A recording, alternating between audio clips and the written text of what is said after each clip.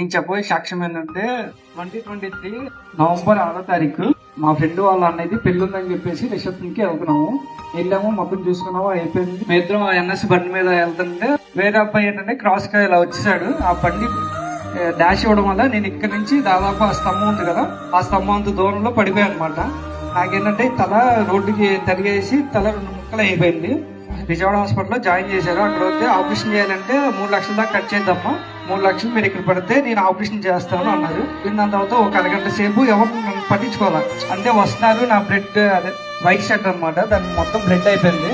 Blood అవడం వల్ల వచ్చి చూస్తున్నారు, భయపడి వెళ్ళిపోతున్నారు అన్నమాట. అంటే ₹1 కూడా లేదు నా దగ్గర. 99% అయితే మీ అబ్బాయి అయితే బతకడమ్మా, 1% మీ ఇష్టం, అది మీ నమ్ముకున్న దేవుడు గొప్పవాడు అయితే బతకొచ్చు. మేమంటే మా చేతిలో అయితే ఏం లేదు, మేమైతే ఆపరేషన్ ఒకటే చేస్తాము, దేవుడి చిత్తం అన్నారు.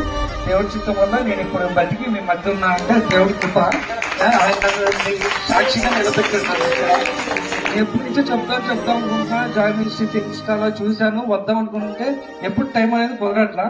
కాకపోతే ఈ రోజు నన్ను ఎంచుకొని ఇక్కడ నిల్చోబెట్టారు.